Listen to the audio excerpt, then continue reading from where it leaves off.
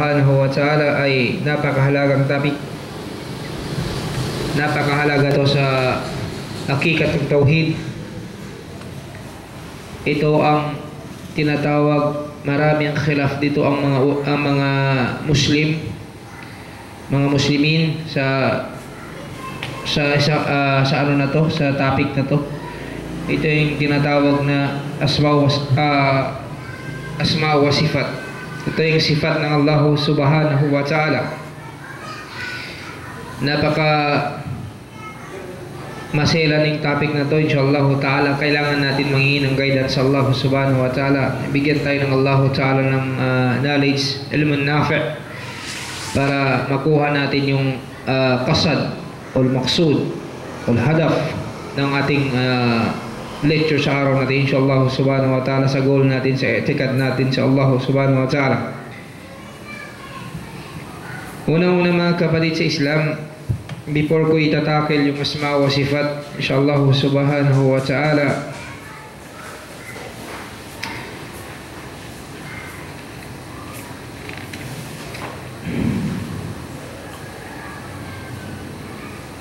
uumpisahan natin sa kitab na to. Ang kitab gagamitin natin, kitab na to ay Aqidah Wasitiyah, kitab ni Shaykhul Islam Ibn Taymiyyah.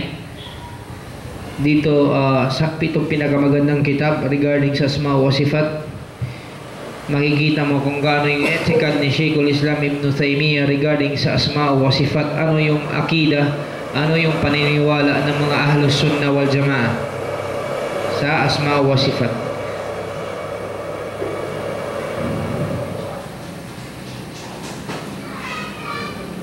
Una-una, uumpisan natin ang topic natin dito sa pangalan ng Allah Subhanahu wa ta'ala. Bismillahirrahmanirrahim.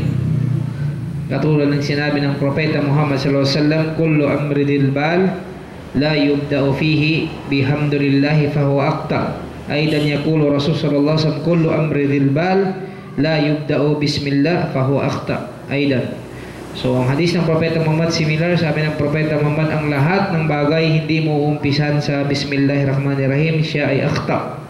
Ibig sabihin ng akhta, maktu al-baraka. Ibig sabihin, putol yung blessings.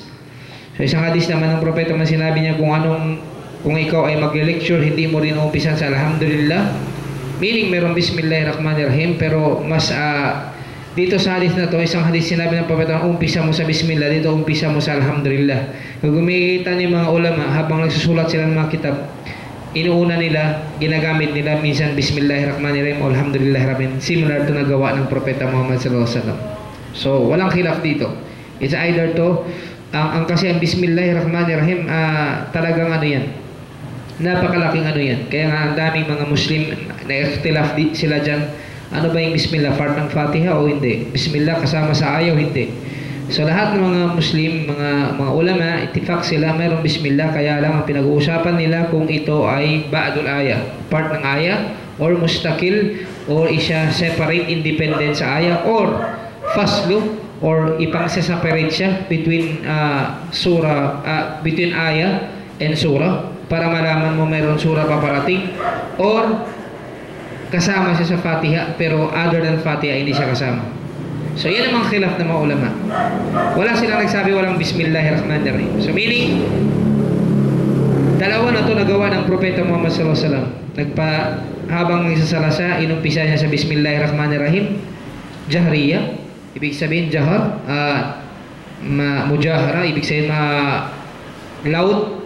Minsan ng Propeta Muhammad nagsasala sa sirriyah, ibig sabihin, hindi niya nilalakasan ng Bismillah. So, both to nagawa ng Propeta Muhammad sallallahu alaihi wasallam, ito ay para magaan sa atin ang religion. So, ito ay ginawa ng Propeta Muhammad para maintindihan natin ang religion at hindi tayo masyadong mahirapan. Inshallah subhanahu wa ta'ala. Una, ang syarh ng kitab na to, o yung original na kitab na to, ang kaid na to, ang kitab na to ay galing kay Shaykhul Islam Ibn Taymiyyah, pero ang syarah, ang nag-interpret nito, ang kitab na to, si Sheikh Salih Fawzan. Dr. Salih Fawzan, isa isang doctorate doon sa Saudi Arabia. kasama siya sa mga kibar ng ulama. Kasi marami mga tulab ang ginagamit nilang kitab, usually yung mga syarh, yung nag-interpret si Sheikh Salih Fawzan, kasing kalima ginagamit niya wade, ibig sabihin maliwanag. Kasi mayroong mga ulama katulad din ng mga Dr. Ibn Harras, mayroon siyang kitab Aqidah Wasitiyah, napakalalim ng kalima ginagamit niya, mubalagh. Kailangan talaga marami kang experience sa lugha Arabiya. So marami nagdi-derive from the word. So ito, inshallah ta'ala, wadih ang kalima ginamit niya dito. Talagang napakaliwanag at saka napakadaling intindihin, inshallah subhanahu wa ta'ala. Una-una sabi ng mga ulama, alhamdulillah. Ang alhamdu, ziyadatul alif, ziyadatul hamza, wal lam, alif am lam. Ang hamdu kasi praise. So pag dinagdagan mo siya ng alif am lam, alhamdu, ibig sabihin, sabi ng mga ulama, al-alif wam lam li istighraqi. Ibig sabihin ng istighraq, lumalaki ang meaning niya. Okay? Parang kabir ay old, malaki. Pag sinabi mo akbar, greater. Al-akbar, the greatest. Na alif wam lam, mas lumalaki siya. Kaya sa Arabic meron mga superlative, mga kalima. For example, sinabi mo wa huwa jamilun, napakagwapo niya. Wa akhuhu ajmalu minhu, sinabi mo ajmal, ang kapatid niya ay mas gwapo sa kanya. So yung mga ganun, inshallah ta'ala. So ang alif am lam dito ay istighraq siya. Al-jami'il mahamidullah mulka li istihqaq alhamdu al-lugha al-thana'u bisifatil jamila. So ibig sabihin ng alhamdu, katulad sinabi ko sa inyo, ang interpretation kaya lamang ng English ay all praises and things. Kaya sinama ng things kasi istighraq nga eh, napakalaki. All praises and things due to Allah, the Lord of the heavens and earth. Kahil ang kalima may kasamang alif lam na istighraq siya, mubalagh. So ang ibig sabihin ng hamdu, alhamdu sa lugha Arabiya, ibig sabihin niya ay thana'u bisifatil jamila. Ito ay praises, the attributes of the most attributes ng Allah Ta'ala. Thana, the praises, the praise, the greatest attributes of the beautiful attributes of Allah Ta'ala. Asma'ul husna, af'alul hasana, wa urfan, sa urf,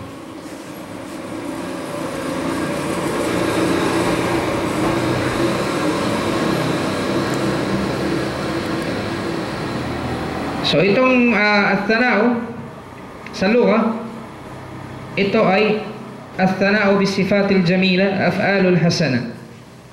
Yun ang ibig sabihin niya sa lugha. So ang kinuha dito basis natin, una-una mga kapatid, yung isa pa pala, i-explain ko sa inyo, ang bismillah. Ang bismillah, al-ba' li isti'ana. Ibig sabihin ng ba, bakit ninumpisan? Kasi bi ismillah. Ang ba dito ay isti'ana. Sabihin ng isti'ana, seeking help. Ibig sabihin, unang-una, pag ikaw lahat ng ginagawa mo, inuumpisan mo in the name of Allah. Yung ba doon, isti'ana, meaning you're seeking protection from Allah subhanahu wa ta'ala. Yun ang ibig sabihin ng bismillah. Okay, kaya bismillah, ibig sabihin ng ba dito, li isti'ana wa ismun fil lugha. Ismun fil lugha. So, ibig sabihin ganun. Fi istilah, napakalalim to, about lugha to eh. Fi istilah, ma dalla ala ma'na fi nafsi wa lam yaqtarin biz-zaman. Ibig sabihin itong attribute sa sarili, hindi siya nakadikit sa time. Hindi siya nakadikit sa time frame. So, kung Allah subhanahu wa ta'ala hindi siya nakadikit sa time frame, is separate.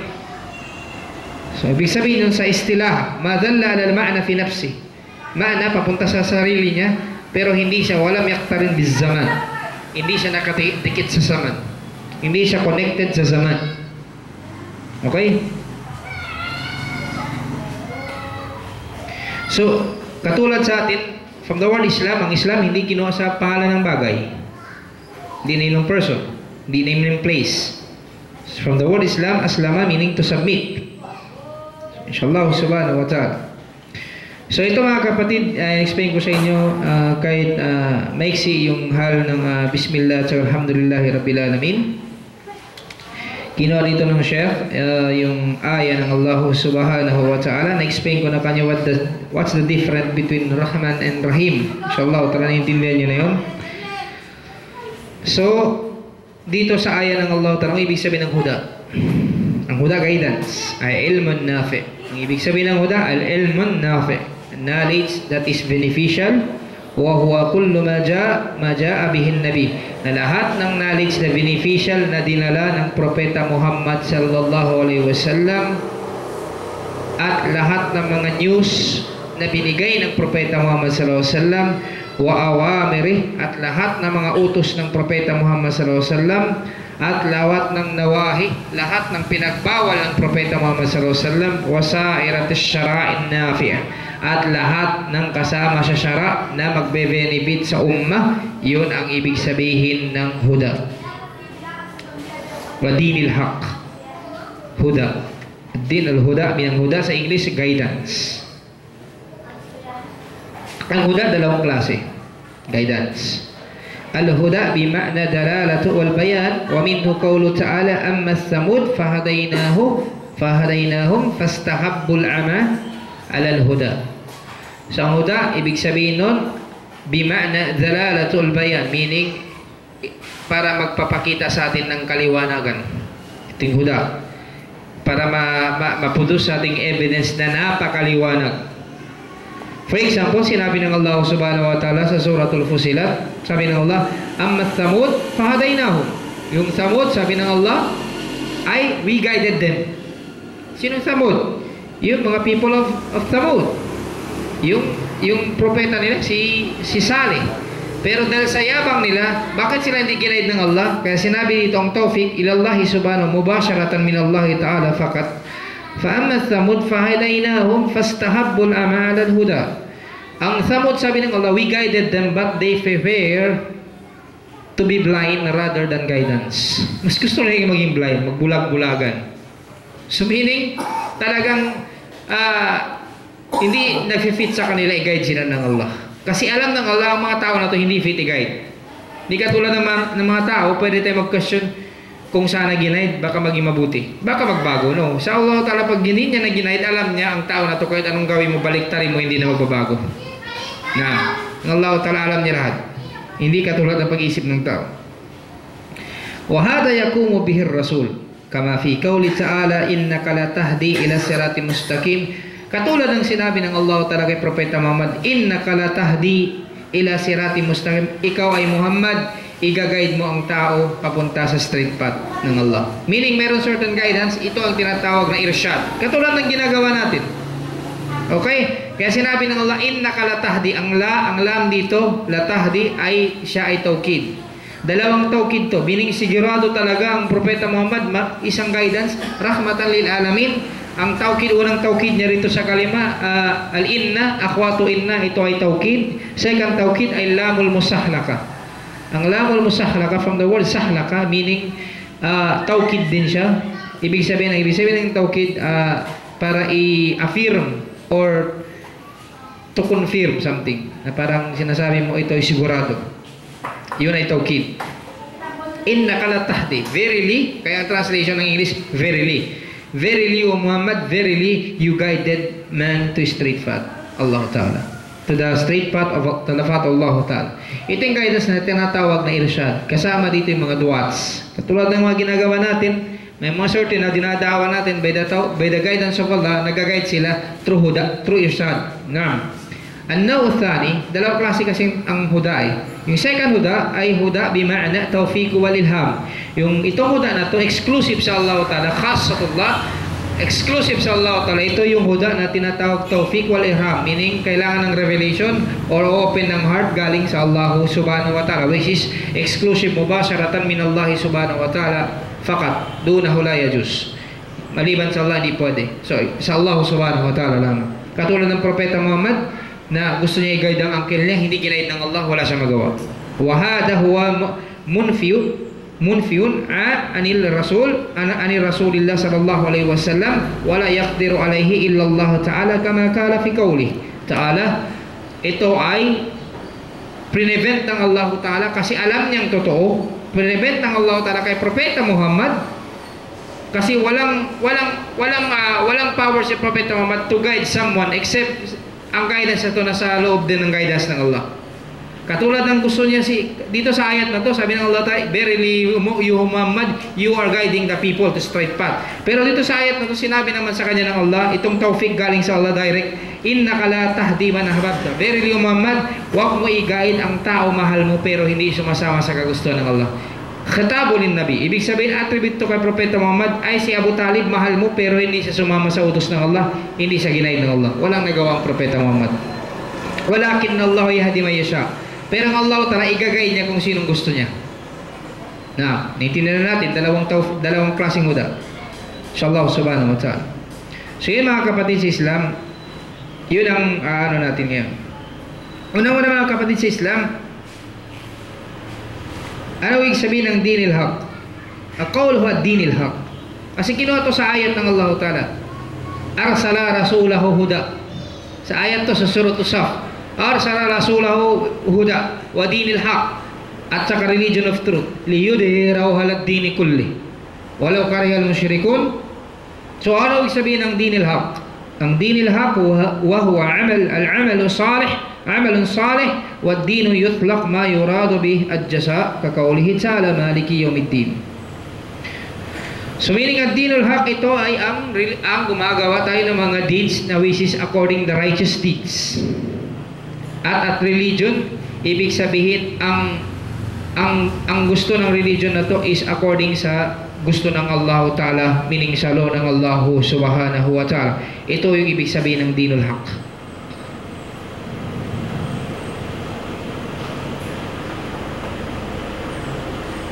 So ibig sabihin ng dinul haq,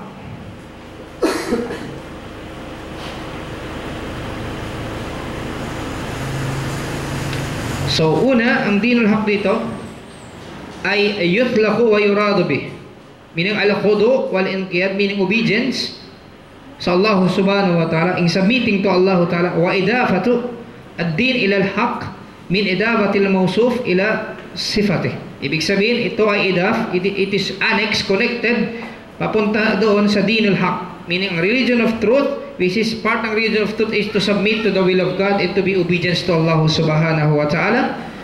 So ibig sabihin ito ay attribute na papunta, dinescribe dito yung sifat ng dinul haq na to, meaning you submit to the will of Creator, submission to the will of the Creator. At dinul haq, obedience. Dinul haq galing sa Allah Ta'ala, at dinul haq min indallah Subhanahu wa Ta'ala, mal-khudu wal-inqiyad. Al-khudu, submission with humility, and inqiyad with obedience sa Allah Subhanahu wa Ta'ala. Ang ibig sabihin ng haq, masdar sa kalima haq, ahaq kay haq, bima'na at-thabata wajaba wa didduhu batil. Ang haq ibig sabihin to establish something, to make it firm. Ang opposite niya diddu ay batil, which is annul. Okay? Ang opposite ng haq ay batil. Liyudhirahu ala ad-dini kulli. Ibig sabihin ang sinabi ng Allah, liyudhirahu ala ad-dini kulli. Allah Ta'ala make religion Islam above or other religion. So kaya hindi natin matanggap kung ang Islam gumagaya sa ibang akida. Kaya sinabi ng Allah, ang Islam, ang religion pinakatama sa lahat, the only religion accept makbulun in Allah Subhanahu wa Ta'ala, acceptable ng Allah Ta'ala religion Islam. So ibig sabihin hindi pwede sa Islam ang ikaw ay gumagaya sa ibang etikad. Sinabi ng Allah, liyudhirahu ala ad-dini kulli. Ang religion Islam siya ay nasa itaas ng lahat ng religion. So meaning hindi tayo pwede kagaya. Dapat silang gumaya sa atin because we are the religion of truth.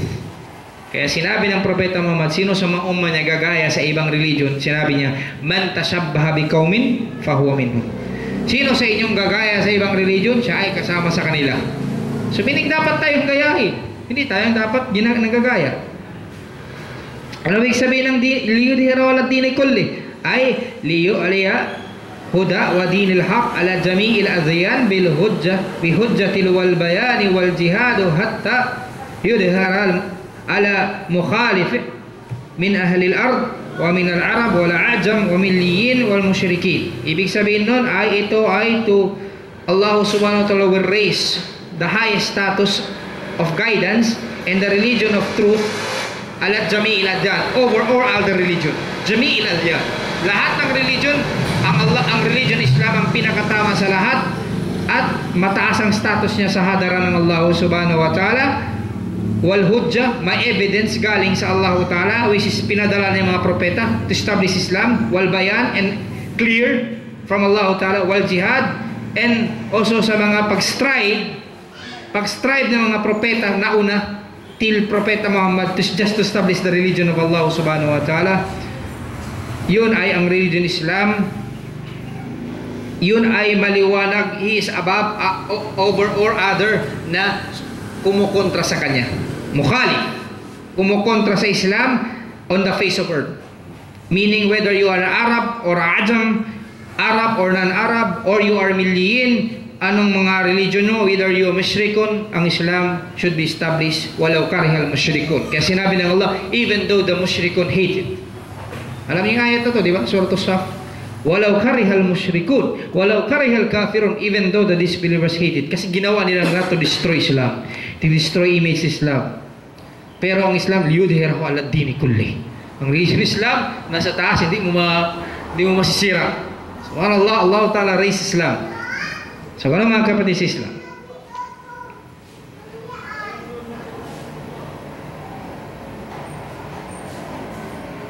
So, sabi ng mga syekh dito, وَقَدْ وَقَعَ ذَلِكَ فَإِنَّ الْمُسْلِمِينَ جَاهَدُوا فِي اللَّهِ حَقِّ وَجِهَادِهِ حَتَّى اتَّسَعَتْ رَخْبَةَ بَلَادُ الْإِسْلَامِيَّةِ انْتَشَارَ هَذَا الدِّينِ فِي مَشَارِقِ وَالْمَغَارِبِ.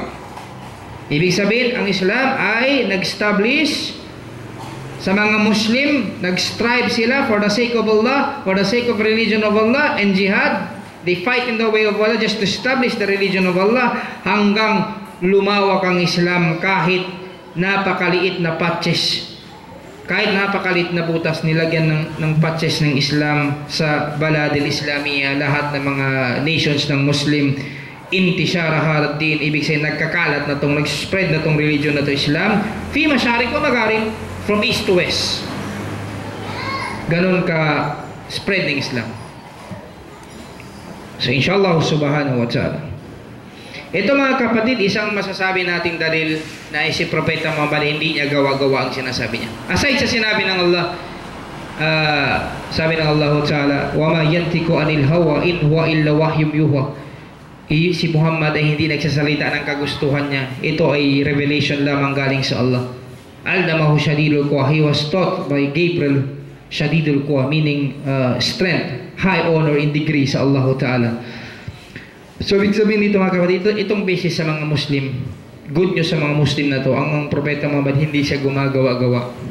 Wa fi dalik dalalatu qati'ah ala sadaq hadar rasul. Ibig sabihin ito ay talagang final, totoo, dalil na si Propeta Muhammad ay siya ay totoo, siya ay propeta ng Allah. Bakit? Idh law kana muftariyah la'ajalahu Allah bil uqubati kama qala subhanahu.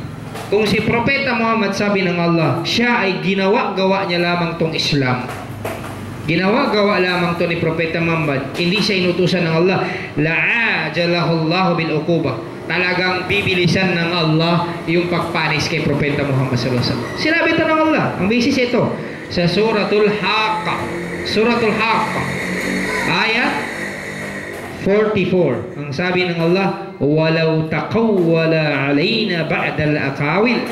Kung ikaw Muhammad, sabi ng Allah, ay gagawa ka ng kwento. Sabi ng Allah Ta'ala, kung ikaw Muhammad gagawa ka ng kwento laban sa amin, takawwala alaina, gagawa ka ng kwento laban sa amin, akawil na hindi naman namin inutos, sabi ng Allah, la'akhadna minhu bil yamin, ikaw ay hawakan namin bil yamin, from the right hand, meaning napakalakas. Thumma laqata'na minhu wathid, at ikaw ay papatayin namin. So Itong proof, ang lahat ng sinabi ng Propeta Muhammad, hindi ito galing sa sinasabi niya. Kasi ang mga kalaban niya, Allah subhanahu wa ta'ala. So yun mga kapatid.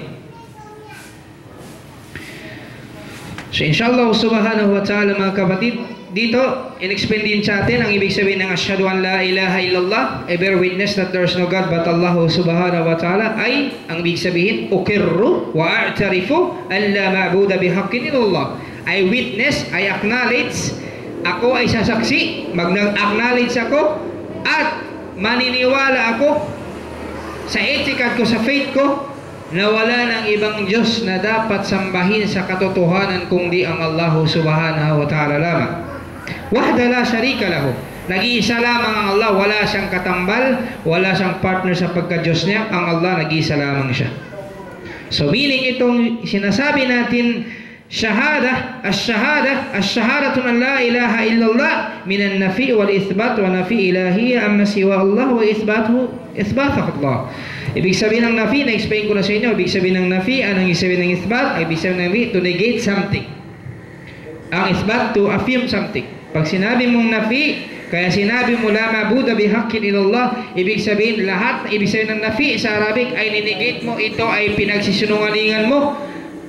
Sabi mo la ilaha, ang ibig sabihin ng la ilaha, walang ibang Diyos. In short, lahat ng Diyos na sinasamba nyo, whether ito ay propeta, whether ito ay malaika, angel, whether ito ay bato, whether ito ay nujum, stars, whether ito, isamaris ko na sa inyo, whether ito ay makhlukat, ibig sabihin creations ng Allah na ina-attribute nyo, pwede nyo hingan maliban sa Allah, sabi mo ito ay la ilaha, you negate them all. Kaya sinabi mo, kaya nilagyan mo ng hak, ang ibig sabihin ng hak doon, la ma'buda bihaq, we worship only Allah in truth. Ang hak doon ay ibatalun alihatan min dunillah, you negate, i-anal mo lahat ng mga Diyos-Diyosan maliban sa Allah. Yun ang hak. Ininegate mo lahat ng mga Diyos-Diyosan maliban sa Allah. Ibtalo na aliha. Kasi ang mga kafir musyrik, tinatawag nilang Diyos nila na una aliha, which is plural ng ilah. Ang ilah ay God, ang plural ni aliha, gods. So ninegate mo lahat ng mga gods na to, ang God lamang appropriate pa i-worship Allah subhanahu wa ta'ala lamang. So ninegate mo. Kung ikaw ay nag-iisip mayroong propeta sambahin, hindi pwede maging Diyos. Kung ikaw ay nag-iisip ang angel pwede sambahin, hindi sila pwede maging Diyos. Kung ikaw ay nag-iisip ang bato pwede maging Diyos, hindi pwede maging Diyos. Kung ang nujum, ang star pwede maging Diyos, hindi pwede. As to sum up something, para maiksi lamang, kung ikaw ay nag-iisip na sambahin or hihingan ang mga creation lamang, ibig sabihin creation, they are created, not creator. Ginawa lamang sila, hindi sila ang gumawa, hindi mo sila pwede lahat sambahin. Yun ay ninegate mo, yun ang nafi, ninanafi mo la ilah, walang ibang Diyos. Hindi mo ninanafi doon, walang Diyos mo, ninanafi mo doon Allah, hindi mo ninegate ang Allah, ninegate mo ang mga partners ina-attribute papunta sa Allah. Illa, ang illa rito ay harmful na particles, sa English tinatawag siya particles of exception. Ang harf isang particle sa Arabic of exception, meaning except Allah. Yun ang ithbat. Ithbat from the word thabata, meaning to affirm something, to establish something. Ithbat, except Allah subhanahu wa ta'ala. Okay? Yun ang ibig sabihin nun. So ang sinasabi mo wahdahu, ta'kidul lil ithbat. Ibig sabihin nagtakid ka, you affirm something na sinasabi, ini-ithbat mo, talagang hindi siya pwede magkaroon ng katambal, nag-iisa lamang Allah subhanahu wa ta'ala. La syarika lahu. Ang ibig sabihin, ta'kidu lin nafi. Ibig sabihin, talagang ina-affirm mo, ito ay ninegate namin, hindi pwede magkaroon ng syarik. Ang ibig sabihin, syarik, partners ang Allah ta'ala. Hindi pwede. So yun ang ibig sabihin nun.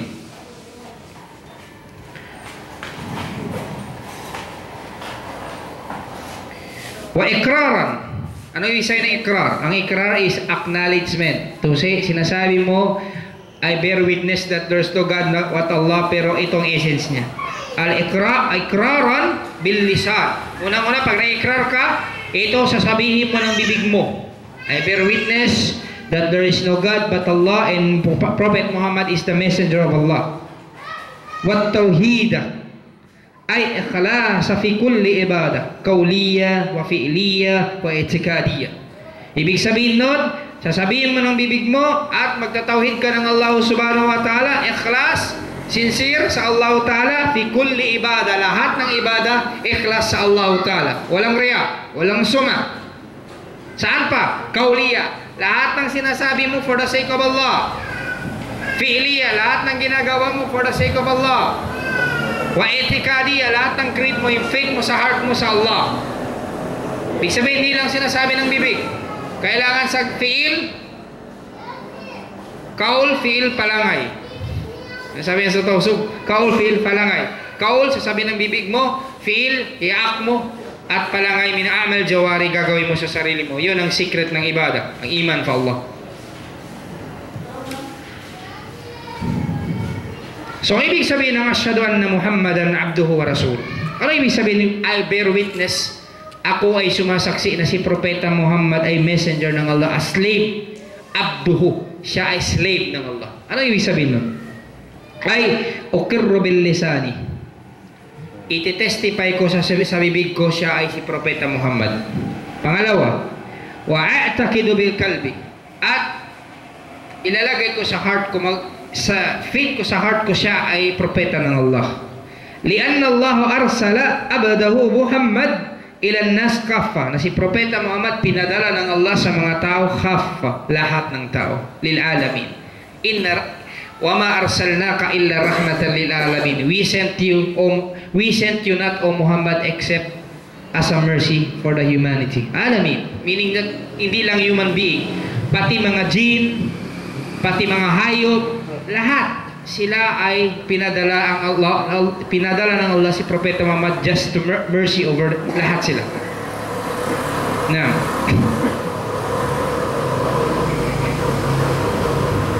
so ibig sabihin dito, lianna ash-shahadata li hadhihi ar-rasuli bir-risalati maqruna bi-shahadati Allah subhanahu wa ta'ala bit-tauhid wa la takhfi ihdahu ma'an aqra. So ibig sabihin nito, pag ikaw ay nagsyahada si Propeta Muhammad ay propeta ng Allah, dapat ito ay nakadikit. Hindi mo siya i-separate, kasi pag sinabi mo asyhadu an la ilaha illallah, dapat nakadikit ang asyhadu anna Muhammad. Hindi mo pwede separate. So meaning you obey Allah, ati Allah wa ati Rasul. Hindi pwede Allah lang. Kung sabi mo Quran lang paniwalaan ko, walang hadis, hindi ka Muslim. Okay? So kailangan maniwala ka sa Allah at saka Propeta Muhammad, at hindi mo papataasin ng isa sa kanila. Ito lang kukunin ko, ito hindi, ito naman hindi. Dapat pantay. Okay? Si Propeta Muhammad, ang life niya ay Quran. Siya, ang life niya, ang tafsir ng Quran. Okay? Kung i-deny mo si Propeta Muhammad, dininay mo ang Quran. Kasi siya nag-interpret ng Quran sa life niya. Ang life niya ay Quran.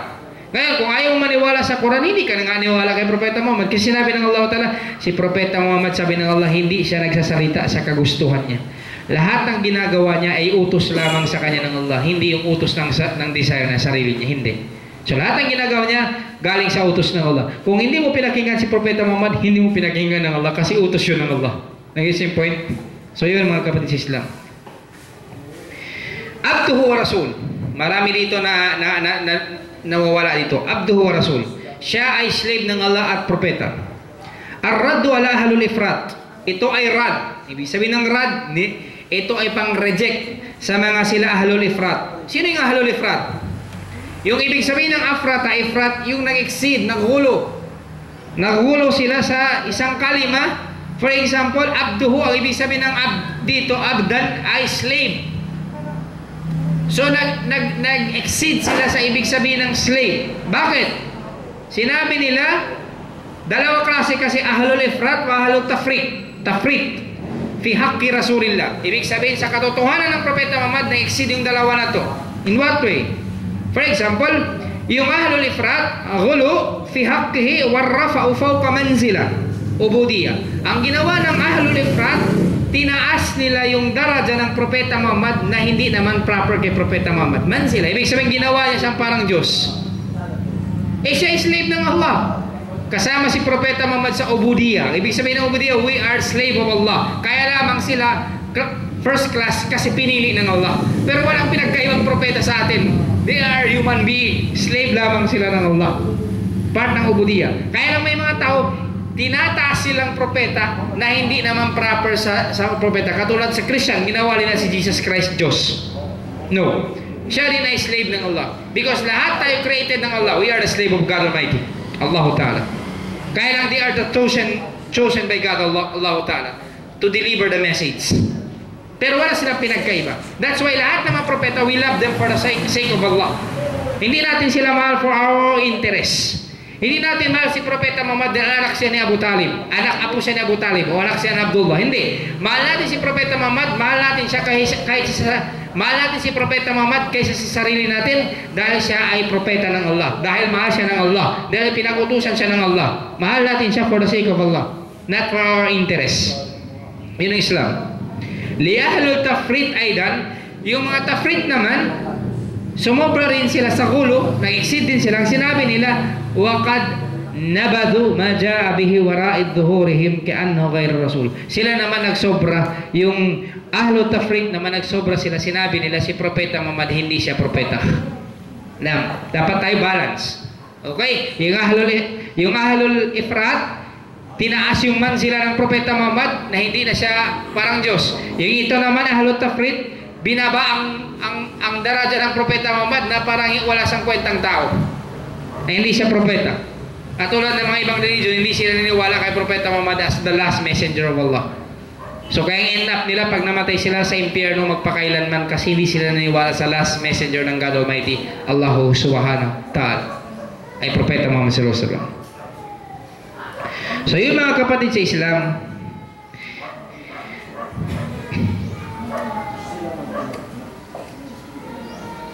so ibig sabihin ng sallallahu alaihi, kasi sinabi ng Allah Ta'ala sallallahu alaihi, Allah Ta'ala nagsala ang Allah Ta'ala kay Propeta Muhammad. Sala ito ay praises ng Allah Ta'ala kay Propeta Muhammad. Ano bang paniniwala ng Islam sa sala?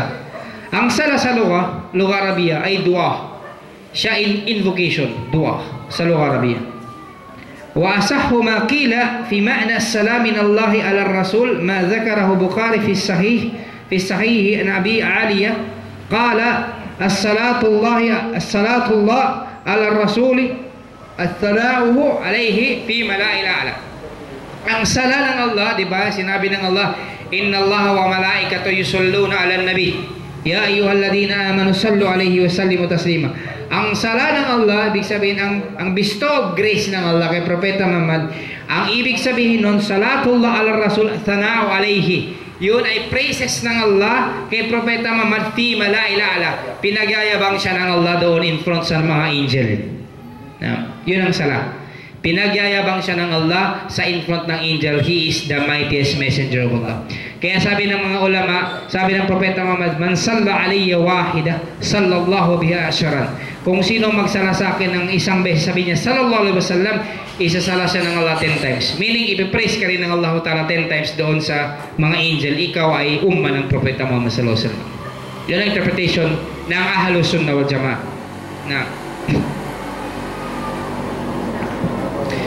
So, pati mga ashab, mga companions ng Propeta Muhammad sallallahu alaihi wasallam. So, inshallah subhanahu wa ta'ala mga kapatid, unang-una, ano ba yung sinasamahan natin akida? Ayun ay tinatawag na akida Taifatun Mansura or tinatawag na Ahlus Sunnah wal Jama'ah. Anong basis natin dito? Ito ay sa hadis ng Propeta Muhammad sallallahu alaihi wasallam. Sinabi ng Propeta Muhammad an Muawiyah radhiyallahu anhu قال سمعت رسول الله صلى الله عليه وسلم يقول لا تزال طائفة من أمتي قائمة بأمر الله لا يضرهم من خذلهم أو خالفهم حتى يأتي أمر الله وهم ظاهرون على الناس. Ito ay good news ng Propeta Muhammad sa umma niya. Sabi ng Propeta Muhammad, sabi ni Muawiyah, narinig ko si Propeta Muhammad nagsabi, sabi niya, hindi titigil ang isang grupo sa umma ko, hindi sila titigil, nandoon sila sa katwiran. Ibig sabihin, hindi sila titigil, nandoon sila sa matuwid na daan. La yadurruhum man qadalahum, hindi sila hindi magiging rason kung iiwan man sila ng kapatid nila o maraming kumukontra sa kanila, hindi magiging rason para hindi sila mapunta sa tuwid na daan. Doon pa rin sila sa tuwid na daan. O khalafahum, o maging opposite man yung mga tao sa kanila o mga kapatid nila na iba na yung landas, kukontra sila, hindi sila maapektuhan, doon pa rin sila sa tuwid according sa tinuro ng Allah at Propeta Muhammad. Hatta ya'ti amrullahi wa hum dahirun alan nas. Hanggang dumating ang Yawmal Qiyamah, nandun pa rin sila sa akida Ahlus Sunnah wal Jama'ah. Ito good news to sa Ahlus Sunnah wal Jama'ah. So ibig sabihin ng Taifatul wal Jama'ah, ito ay firqa. Ibig sabihin ng firqa sa Arabic ay grupo. So ito ay firqa, grupo na sinasabing Taifatul Mansura, grupo na bibigyan ng Allah ng victory. Whether grupo ng Mujahidin, bibigyan ng Allah ng victory, makukuha nila yung khilafah. Whether sa mga duwas, nagdadawa, bibigyan sila ng Allah ng victory. Maraming igagay ng Allah in their hands. Whether ikaw ay ulama, bibigyan ka ng Allah ng victory sa lahat ng mga struggle mo. Lahat yan. Taifatul Mansura. Inshallah subhanahu wa ta'ala. So inshallah ta'ala mga kapatid, ano ba ang ibig sabihin ng iman? Unang-una mga kapatid, ang ibig sabihin ng iman sa lugha, ito ay tasdik. Ibig sabihin ng tasdik, ikaw ay pinatotohanan mo. Tasdik. Katulad ng sinabi ng mga anak ni Jacob nang nagplano sila patayin si Joseph. Nagdawa sila sa tatay nila, sabi nila, wa ma anta bimu'minin lana. Sabi niya, tay, kinain nga siya ng mga hayop. Kahit nagsasabi kami ng totoo, hindi ka naman maniniwala sa amin. Yun ang sinasabi niya, yun ang ibig sabihin ng iman. Tasdik, pinang ina-affirm mo yung isang bagay. Na al-iman o syara. Dalawang klase yan, sa lugha, syara. Sa syara, sa Islam. Anong iman sa Islam? Ang iman sa Islam ganito. Qaulun bil lisani, sasabihin ng bibig mo, ako ay naniniwala sa Allah, walang ibang Diyos kundi ang Allah. Wa i'tiqadu bil qalbi, at ikaw ay i-affirm mo sa heart mo, walang ibang Diyos kundi ang Allah. Nasa heart mo ang Allah, Diyos mo. Hindi lang sinabi ng bibig mo, nasa heart mo. Wa amalun jawari, at gagawin mo, you act on it. Gagawin mo sa sarili mo. So tatlo, sasabihin ng bibig, paniniwalaan ng heart, at gagawin ng action. Amal jawari. So hindi pwedeng Diyos kong Allah tapos hindi ka naman pipray. Hindi mo ginagawa eh. Sinasabi mo lang sa bibig mo. Wala sa heart mo. Salita lamang. Nagsasign ka lamang ngayon, isa ka Muslim, pero wala, hindi mo ginagawa. Kailangan patunayan mo. Kung Diyos mo Allah, i-prove mo. Diyos kong Allah, niwala ko sa Kanya at nasa heart kong Allah at gagawin ko, magpipray ako, lahat ng utos ng Allah gagawin ko, lahat ng pinagbawal na lalayo ako. Yun ang ibig sabihin ng iman, mga kapatid. Yun ang iman.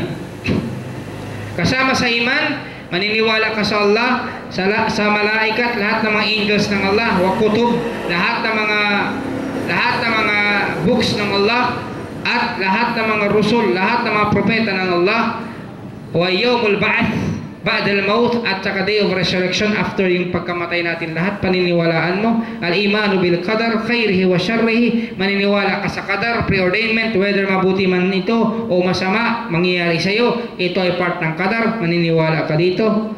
Wa hadihi ya arkanul imanu sittah, ito ay arkanul iman ng sittah, anim. So anim to, yung iman. Allah, malaika, kutub ng Allah, rasul ng Allah, ba'dal maut, day of resurrection, at imanu bil qadar, anim. Yan ang arkanul iman ng sittah. Sinabi ng propeta Muhammad Hadis. Dapat maniwala ka sa anim na to. Pag hindi ka Muslim. Arkan. Bakit sa sinabing arkan? Ibig sabihin kasi sa Arabic ng kapalit ng arkan, ang singular ng rakan namin yung rukun. Ang rukun ay isang support. Ang rukun kasi isang pang-support, ito ay parang isang post, parang poste. Parang bibigyan ka ng example dito. Kung ikaw ay may bahay at ang bahay mo mayroon 6 na poste, tinanggal mo yung pinakamalaki, anong mangyari sa bahay mo? Gagalaw, hindi siya matibay. So ang word rukun ay isang pilar. Isang pilar, arkan, jama niya arkan, pilar. So kung hindi mo i-fulfill yung 6 na to, lalo na yung 5, buniyal Islam al-khams. Ang Islam ay based on 5. Shahadatain la ilaha illallah wa Muhammad Rasulullah, at saka pangalawa ikamas salah, kamatus salah, tatayo ng salah, at saka yung zakah, at saka yung saum, at saka yung hajj. 5 na to. Either sa 5 na to tatanggalin mo, masisira yung iman mo, masishake kung 5 na to tatanggalin mo. Kasi minimin dito ang Islam ay rukun. Ang rukun dito ay tinatawag na parang yung pilar, na para hindi siya masik. Kung mayroon kang bahay, hindi masisira yung bahay mo. Yun ang ibig sabihin ng mga kapatid. So, inshallah subhanahu wa ta'ala mga kapatid, itatapik natin yung asma' wa sifat. Asma' wa sifat. Dito tayo sa al-imanu billahi subhanahu wa ta'ala.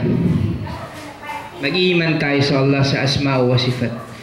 Al-imanu bima wasifa bihi nafsah fi kitabihi wa wasifahu bihi Rasul Muhammad min ghairi tahrif wala ta'til wa min ghairi takhif wala tamthil. Ito yung akida ng Ahlus Sunnah wal Jamaah sa sifat. Pakinggan nyo ng mabuti para maintindihan nyo.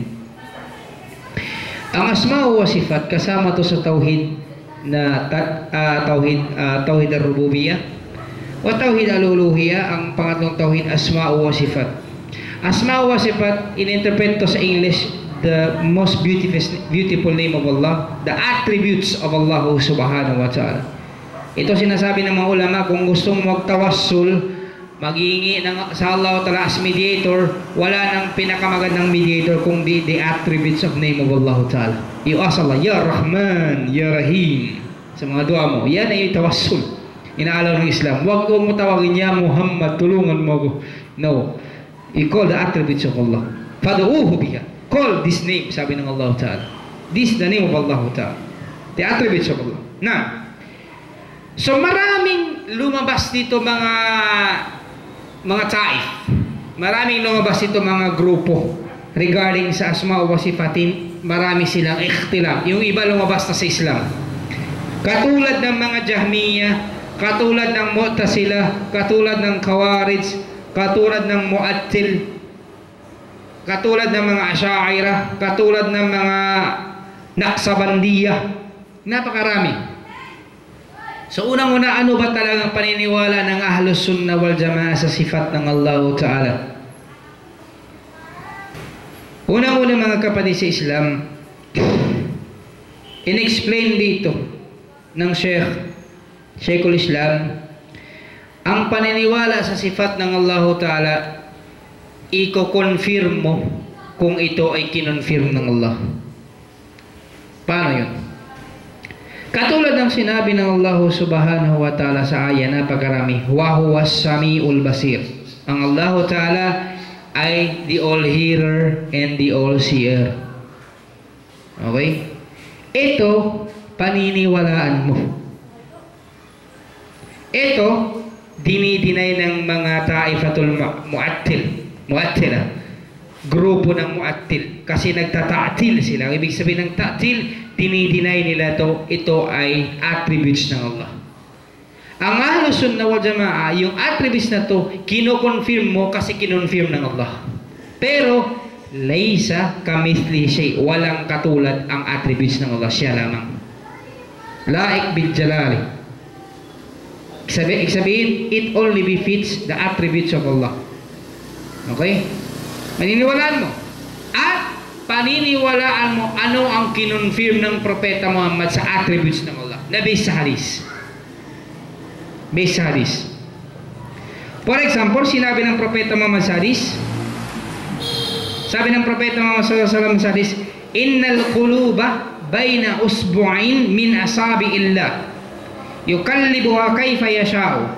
Sabi niya, ang hearts ng tao ay it's in between sa fingers ng mga fingers ng Allah.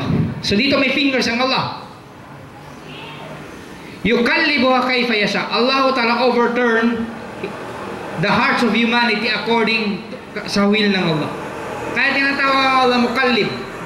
Always nagpapray ang Propeta Muhammad, Ya mukallibal qulub, thabbit kalbi ala dini. Oh, you changer of hearts, i-change mo yung hearts ko para makabuti sa akin. Kasi nag-change ng heart ng Allah. Isa mukallib. Ang mukallib from the word takallab. Ang takallab overturn. Kung ikaw ay mag-ano ka ng mainit na tubig, pag sumobra yung ano niya, mag-overturn yung ano tubig na gano'n, mag-overturn. Takallab. Mukallib. Ang Allah Ta'ala nag-overturn ng hearts. May kita mo mga tao, ginay, tapos bukas hindi na. Namatay, nagkamasiya. Kaya always natin, ang dua na to, always natin sinasabi ito. Ya mukallibal qulub, thabbit kalbi ala dini. O changer of hearts, i-change mo yung heart ko for the better, according sa kagustuhan. So may mga attributes ito. Kinumpir ng Propeta Muhammad. Ang Allah Ta'ala minsan sa hadis ng Propeta Muhammad, dahil ka Allah, ang Allah tumatawa siya. O ta'ajjub, ang Allah Ta'ala nag-wonder. Ito yung mga attributes na mention ng Propeta Muhammad. Habang si Propeta Muhammad sallallahu alaihi wasallam nag-narrate siya, tumatawa siya. Kasi nanarrate niya itong isang lalaki na siya ang pinakalas makapasok sa Jannah. Tapos according sa stages paano siya nagsinungaling sa Allah Ta'ala, first siningin niya sa Allah, alisin sa impyerno, nang inalis siya ng Allah sa impyerno, na nakaharap ang face niya sa hellfire. Sabi niya, Ya Allah, pwede mag-request ako ulit, huwag mo ipaharap yung mukha ko sa impyerno. Sabi ng Allah, kung gagawin ko, hindi ka na magre-request. Sabi niya, Allah, hindi na, promise. So yung ginawa ng Allah, pinaharap yung mukha niya sa Jannah, sa bab ng Jannah, sa pintuan. Nang nakita niya ang ganda ng pintuan ng Jannah, hindi siya tumahimik siya, tapos sinabi niya, Ya Allah, pwede mo ba kayo palapit sa bab ng Jannah? Sabi ng Allah, kala ko ba hindi ka nahingi after kita sinip sa impyerno? Sabi niya, Ya Allah, wag mo naman ako gawin pinaka-loser sa mga creation mo. Sabi ng Allah Ta'ala, sige, kung gagawin ko, hingi ka pa ba? Hindi na. Sabi niya, hindi na, Yara, promise, hindi na to. Sabi niya, sige, pinalapit siya ng Allah sa pintuan. Nang nakita niyang ganda ng Jannah, sabi niya, Ya Allah, papasukin mo na ako sa Jannah. Sabi ng Allah, napakasinungaling ng son of Adam, hindi tumutupad sa sinasabi nila. Hanggang pinapasok siya ng Allah ng Jannah, tapos nakita na sa Jannah mayroong kahoy na pagkaganda. Sabi niya, Ya Allah, pwede mo ba ako pasulungin sa kahoy na yon? Sabi ng Allah, kung gagawin ko, papasilungin kita, hindi ka na ba hingi? Sabi niya, hindi na, Ya Rab. Nang pinasilong siya ng Allah Ta'ala sa kahoy na yun, napakaganda, lahat doon. Tapos pinakita sa kanya ng Allah mas magandang kahoy doon sa Jannah. Sabi niya, Ya Allah, papuntay mo pa ako sa isang kahoy na yun. Mas maganda kaysa kahoy na to. So ang Allah Ta'ala tumawa sa kanya sa ginagawa niya. Sabi ng Allah Ta'ala, ano kaya? Ibibigay ko na sa iyong mundo. Ikaw ang may-ari ng mundo, lahat sa iyo na. Sabi niya, Allah, wag mo naman ako pagtawanan. Ikaw may-ari ng mundo. Ayoko ng mundo, gusto ko talaga yung Jannah. Kasi hindi pa kasi natin nakikita ang Jannah gaano kaganda. Kaya itong tao na to ayaw niya ibigay sa kanya ng mundo, siya may-ari sa lahat, ayaw niya ipagpari sa Jannah. Tumawa ang Allah Ta'ala habang nag-narrate ang Propeta Muhammad, tumawa siya.